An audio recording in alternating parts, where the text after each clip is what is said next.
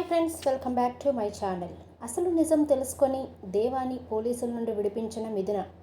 ఇది ఎలా జరగబోతుందో తెలుసుకోవాలి అనుకుంటే కనుక ఈ ఎపిసోడ్ని పూర్తిగా చూసి లైక్ చేయండి. అలాగే నువ్వుంటే నా జతగా సీరియల్స్లో ముందుగా ఏం జరుగుతుందో తెలుసుకోవాలి అనుకుంటే మన ఛానల్ని అయితే తప్పకుండా సబ్స్క్రైబ్ చేసుకోండి.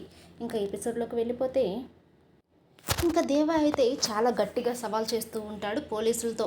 ఏంటి నేరం చేశానని మా ఇంటికి వచ్చారు, మీరేమన్నా చూసారా? లేదంటే చూసిన వాళ్ళు ఎవరైనా దమ్మున్న వాళ్ళతో సాక్ష్యం చెప్పించండి దేవా ఈ హత్య చేశాడు అని. అలా ఒప్పిస్తే గనక నేను తప్పకుండా స్టేషన్కి వస్తాను. కానీ నా మీద సాక్ష్యం చెప్పేంత ధైర్యం ఎవరికీ లేదు. ఎందుకంటే నేను పురుషోత్తానికి కుడిభుజాన్ని కాబట్టి మాకు ఎదురయ్యుండి సాక్ష్యం చెప్పేవాళ్ళు అయితే ఎవరూ లేరు. అలాగే సమాధానం చెప్పేవాళ్ళు కూడా ఎవరూ లేరు. అలాంటి వాళ్ళు ఎవరైనా ఉన్నారా? చెప్పండి చెప్పండి అని చెప్పేసి పోలీసులనైతే చాలా సవాల్ చేస్తూ ఉంటాడు. ఈలోపైతే మిథున ఆలోచించుకొని, దేవా నువ్వు చాలా తప్పు చేశావు. ఒక మనిషి ప్రాణం తీయడం అంటే అది మామూలు విషయం కాదు. నీలో ఇంత రౌడీయిజాన్ని రౌడీతనాన్ని నేనైతే తట్టుకోలేను. ఖచ్చితంగా నీకు శిక్ష పడాల్సిందే, నువ్వు శిక్ష అనుభవించాల్సిందే అని నేను ఉన్నాను సార్, నేను సాక్ష్యం చెప్తాను దేవా మీద అని చెప్పేసి ముందుకొస్తుంది. అది చూడగానే ఇంట్లో కుటుంబ సభ్యులందరూ కూడా ఒక్కసారిగా షాక్ అయిపోతూ ఉంటారు. ఏంటమ్మా మిథున, ఏం మాట్లాడుతున్నావు నువ్వు? వాడి మీద నువ్వు సాక్ష్యం చెప్పడం ఏంటి? ఒక్కసారి వాడు పోలీస్ స్టేషన్కి వెళ్తే విడిపించుకొచ్చిన నువ్వు ఈరోజు పోలీస్ స్టేషన్కి పంపించడానికి రెడీగా ఉన్నావా? నీ భర్త తప్పు చేస్తే నువ్వు గుండెల్లో పెట్టుకోవాలి, కానీ అలా పబ్లిక్గా మాట్లాడకూడదమ్మా అని చెప్పేసి అంటూ ఉంటుంది శారద. అత్తయ్య గారు మీకేమీ తెలీదు. దేవుడమ్మ గారి అబ్బాయిని చంపుతుంటే నేను నా కళ్ళారా చూశాను. ఆటోలో ఉండి నేను గుడికి వెళ్ళి వస్తూ ఉంటే అక్కడ దేవ అబ్బాయిని లారీ చాటును చంపుతూ ఉన్నాడు. అప్పుడు ఆటో డ్రైవర్ నాకు చెప్పాడు, దేవుడమ్మ తన కొడుకు మీద ఈగ వాళ్తేనే ఊరుకోదు, అలాంటిది ఈ అబ్బాయి చంపేస్తున్నాడు, ఖచ్చితంగా ఈ అబ్బాయిని మాత్రం బ్రతకనివ్వదు అని చెప్పేసి ఆటో డ్రైవర్ నాకు చెప్పాడు. అప్పుడే నాకు అనిపించింది, ఇంతలాగా మోసం చేస్తున్నాడు, ఇంతటి నేరాలు చేస్తున్న దేవాకి ఖచ్చితంగా శిక్ష పడాలి అత్తయ్య గారు, ఖచ్చితంగా ప్రభుత్వమే బుద్ధి చెప్పాలి అని చెప్పేసి ఇంకా మిథున అయితే మాట్లాడుతూ ఉంటుంది. అది కాదమ్మా మిథున, అసలు ఏం జరిగిందో నువ్వు తెలుసుకోవాలి కదా అని చెప్పేసి మాస్టర్ గారు అయితే అంటూ ఉంటాడు. మామయ్య గారు, నేను తెలుసుకోవాల్సింది ఏమీ లేదు. నేను నా కళ్ళారా చూశాను కాబట్టి నేను ఇంకా ఎవరి మాటలు వినదలుచుకోలేదు. నేనే పోలీసులకు అప్పచెప్తున్నాను దేవాని అని చెప్పి దేవాని అయితే పోలీసులకు అప్పచెప్తుంది. దేవాన్ని పోలీసులకు అప్పచెప్పడంతో దేవా ఒక్కసారిగా షాక్ అయిపోతూ ఉంటాడు. ఏంటి మిథున ఇలా చేస్తుంది, నాకేం అర్థం కావటం లేదు అని చెప్పేసి దేవా అయితే అనుకుంటూ ఉంటాడు. పదండి పదండి అని చెప్పేసి పోలీసులు అయితే ఇంకా దేవాన్ని తీసుకుని అయితే వెళ్తూ ఉంటారు. వెళ్తూ ఉండగా, మేడం మీరు ఒకసారి వచ్చి ఎఫ్ఐఆర్ రాయండి, మేము కేసు నమోదు చేస్తాము, కోర్టులో ప్రొడ్యూస్ చేస్తాము అని చెప్పి పోలీసులు అనడంతో, సరే సార్ నేను ఇప్పుడే బయలుదేరుతున్నాను, మీరు పదండి మీ వెనకే నేను వచ్చి ఎఫ్ఐఆర్ రాస్తాను దేవా మీద అని చెప్తూ ఉండడంతో ఇంకా పోలీసులు అయితే దేవాన్ని తీసుకుని వెళ్ళిపోతారు. అందరూ కూడా బ్రతిమలాడుతూ ఉంటారు. ఓమయ్యమ్మమ్మో, ఏంటి నీ భర్త మీద నువ్వే కేసు పెడుతున్నావా? ఇంత విడ్డూరు నేను ఎక్కడా చూడలేదమ్మా. ఎవరైనా భర్తను కాపాడుకోవాలి అని చూస్తారు, కానీ నువ్వేంటో వెళ్ళి ఇరికిస్తూ వస్తానంటున్నావు. అంత విడ్డూరం అసలు ఎక్కడ నేను చూడలేదు ఇప్పటికి కూడా అని చెప్పేసి సూర్యకాంతం చాలా వెటకారంగా మాట్లాడుతుంది.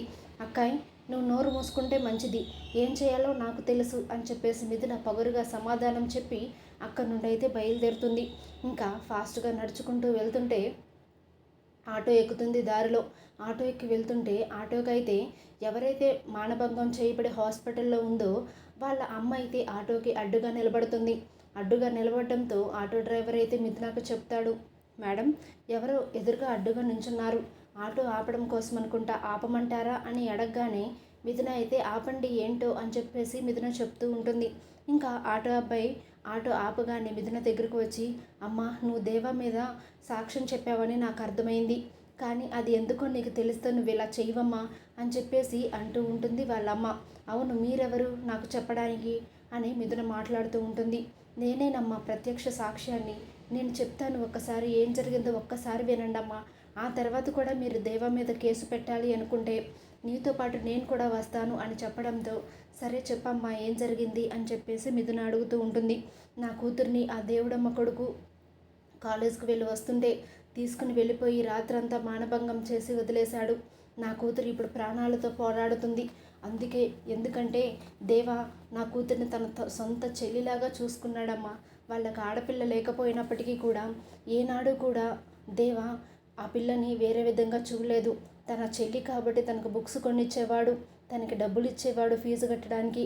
ఒక రకంగా చెప్పాలి అంటే నా కుటుంబాన్ని ప్రస్తుతం ఆదుకుంటున్నది దేవానే. అలా ఒక్కసారిగా చెల్లికి అలా జరిగేసరికి అలా తట్టుకోలేక వెళ్ళాడమ్మా. కానీ అక్కడికి వెళ్ళేసరికి కూడా ఇంకొక అమ్మాయి నన్ను కాపాడమని దేవ వెనకాల ఉంది. దాంతో ఇంకా దేవ తట్టుకోలేక ఆ అబ్బాయిని చంపేశాడు అని చెప్పడంతో, అవునా ఇంత జరిగిందా అని చెప్పేసి మిథున అంటూ ఉంటుంది. అవునమ్మా, అందుకే ఒక ఆడపిల్ల జీవితాన్ని నాశనం చేశాడనే కోపంతోనే దేవా ఇలా చేశాడమ్మా. దేవా చాలా మంచివాడు, దేవాకి శిక్ష పడకుండా మీరే చూడాలి, మీ కాళ్ళు పట్టుకుంటాను అని చెప్పేసి ఆవిడ మిథున కాళ్ళు పట్టుకోపోతుంటే, ఉండండమ్మా లెగండి, మీరెందుకు నా కాళ్ళు పట్టుకుంటున్నారు, పెద్దవాళ్ళు అలా చేయకూడదు అని చెప్పి మిథున అయితే ఆవిడని లేపుతుంది. ఇంకా మిథున ఆటో ఎక్కి వెళ్తూ ఆలోచిస్తూ ఉంటుంది. అయ్యో దేవ మీద నేనే తప్పుడు సాక్ష్యం చెప్పానా, కనీసం ఏం జరిగిందో కూడా నేను తెలుసుకోకుండా ఇలాంటి పని చేశాను. ఇప్పుడే వెళ్ళి నిజం చెప్పి నా దేవాన్ని విడిపించుకోవాలి. నాకు తెలుసు దేవా మనసు అలాంటిది కాదని, ఏదైనా తప్పు జరిగితేనే దేవా అలా రియాక్ట్ అవుతాడన్న విషయం నాకు తెలుసు, కొంచెం ఆలోచించాల్సింది నేను అని చెప్పేసి అనుకొని ఇంకా మిథున అయితే స్టేషన్కి వెళ్తుంది. స్టేషన్కి వెళ్ళి, ఎస్ఐ గారు నేను చాలా తప్పు చేశాను, దేవా మీద నేను చెప్పిందంతా అబద్ధం, అసలు ఎందుకు దేవా ఆ పని చేయాల్సి వచ్చిందో ఇప్పుడే నాకు వాళ్ళు చెప్పారు, నేను చెప్తాను వినండి మీకు అని చెప్పేసి అంత విషయం అయితే చెప్తుంది మిథున పోలీసులకి. కానీ పోలీసులు మాత్రం, మీరేమైనా అనుకోండి మేడం, దేవుడమ్మ కొడుకుని ఇలా చేశారు కాబట్టి ఖచ్చితంగా మేము అరెస్ట్ చేయాల్సిందే, మాకు ఆర్డర్స్ వచ్చినాయి అని చెప్పేసి అంటూ ఉంటాడు ఎస్ఐ.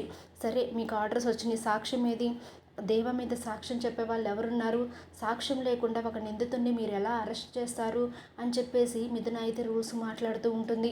ఇంకా దేవ అయితే చాలా ప్రేమగా చూస్తూ ఉంటాడు మిథునని. మిథున, నన్ను అపార్థం చేసుకున్నావని చాలా బాధపడ్డాను, కానీ నిజం తెలుసుకుని నన్ను విడిపించడానికి వచ్చావు, నాకు చాలా సంతోషంగా ఉంది.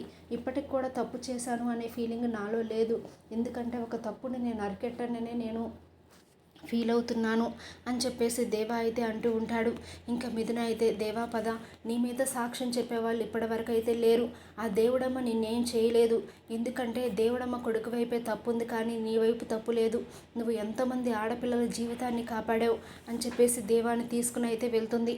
అలా తీసుకుని వెళ్తుంటే ఎస్ఐ అయితే ఇంకా దేవుడమ్మకి కాల్ చేసి చెప్తాడు.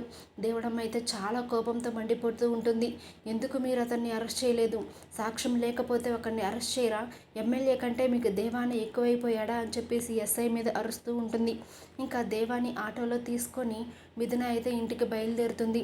ఇంటికి బయలుదేరి దారిలో చెప్తూ ఉంటుంది, దేవా సారీ, నేను నిన్ను అర్థం చేసుకోలేకపోయాను, నాకు తెలుసు ఎటువంటి కారణం లేకుండా నా భర్త ఎవరి జోలికి వెళ్ళడని, కానీ నా కళ్ళతో నేను చూసేసరికి నేను ఆగలేకపోయాను అని చెప్పేసి చెప్తూ ఉంటుంది. కానీ దేవా మాత్రం, సరే నేనైతే ఇప్పుడు నేనేం అడగలేదు కదా, ఎందుకు నా మీద చెప్పామని, చెప్పినా పర్లేదు ఏం కాదు అని చెప్పేసి చాలా సీరియస్గా అంటూ ఉంటాడు. ఇంకా వాళ్ళిద్దరు కూడా ఇంటికి వెళ్తారు. ఇంటికి వెళ్ళేసరికి తలో దిక్కున ఇంట్లో వాళ్ళందరూ కూడా చాలా బాధగా కూర్చుని ఉంటారు. ఇంకప్పుడైతే వీళ్ళిద్దరూ ఆటో దిగడంతో ఒక్కసారిగా శారద షాక్ అయిపోయి చాలా సంతోషంలో ఉండిపోతుంది. ఏమండి దేవా వచ్చాడు, మిథున దేవాన్ని తీసుకుని వచ్చింది అని చెప్పగానే మాస్టర్ గారు అయితే బయటికి వస్తారు. ఏంటి శారద ఏం మాట్లాడుతున్నావు అని చెప్పేసి బయటికి రాగానే వీళ్ళిద్దరూ ఆటో దిగి నడుచుకుంటూ వస్తారు. ఇంకైతే మిథున మాట్లాడుతూ ఉంటుంది, మావయ్య గారు నన్ను క్షమించండి, నేను కళ్ళతో చూశానే కానీ అది ఎందువల్ల జరిగింది అనే ఆలోచన నాకు రాలేదు, నా భర్త గురించి తెలిసి కూడా నేను సాక్ష్యం చెప్పడానికి ముందు వెళ్ళాను, కానీ నా భర్త ఎందుకు ఆ పని చేయాల్సి వచ్చిందో నేను చెప్తాను వినండి అని చెప్పేసి మొత్తం కూడా వాళ్ళకి చెప్పగానే ఇంకా శారద అయితే ఇలా అంటూ ఉంటుంది, చాలా మంచి పని చేశావురా, ఒక ప్రాణం పోయిందని బాధ ఉంది, నేను కాదనటం లేదు, కానీ ఎంతోమంది ఆడపిల్లల జీవితాన్ని నువ్వు కాపాడావు, కానీ నీలాంటి వాడిని అరెస్ట్ చేయించాలని చూస్తుంది దేవుడమ్మ, ఖచ్చితంగా దేవుడమ్మకి ఎవరో ఒకరు బుద్ధి చెప్పాలి, ఆ దేవుడే దేవుడమ్మకు బుద్ధి చెప్పాలి అని చెప్పేసి అంటూ ఉంటుంది. ఇంకా మాస్టర్ గారు అయితే, అమ్మ మిథున, నువ్వే పని చేసినా సరే దాంట్లో ఒక అర్థం ఉంటుంది, ఏమీ ఆలోచించకుండా ఏ పని చేయవన్న విషయం నాకు తెలుసు, కానీ నీ భర్త విషయంలో ఇలా ఎందుకు చేసావా అని నేను బాధపడే లోపే నా కొడుకుని నా ముందుంచావు, దేవాని మా ముందుంచావు. చాలా సంతోషం అమ్మా, చాలా సంతోషం. మీ ఇద్దరు కూడా ఇలాగే సంతోషంగా ఉండాలి. కానీ దేవా, ఒక్కటి గుర్తుపెట్టుకో, ఆ దేవుడమ్మ అయితే నిన్ను వదిలిపెట్టదు. ఖచ్చితంగా నీ మీద పగ తీర్చుకోవడానికి చూస్తుంది. దానికి ఏం చేయాలి అనేది నువ్వే ఆలోచించు. కోర్టు ద్వారానే దేవుడమ్మకు సమాధానం చెప్పాలి. అలా సమాధానం చెప్తేనే దేవుడమ్మ వింటుంది. ఎందుకంటే ఎంతోమంది జీవితాలను నాశనం చేసిన వాళ్ళ కొడుకు నిజస్వరూపం దేవుడమ్మ తెలుసుకోవాలి అని అంటూ ఉంటాడు.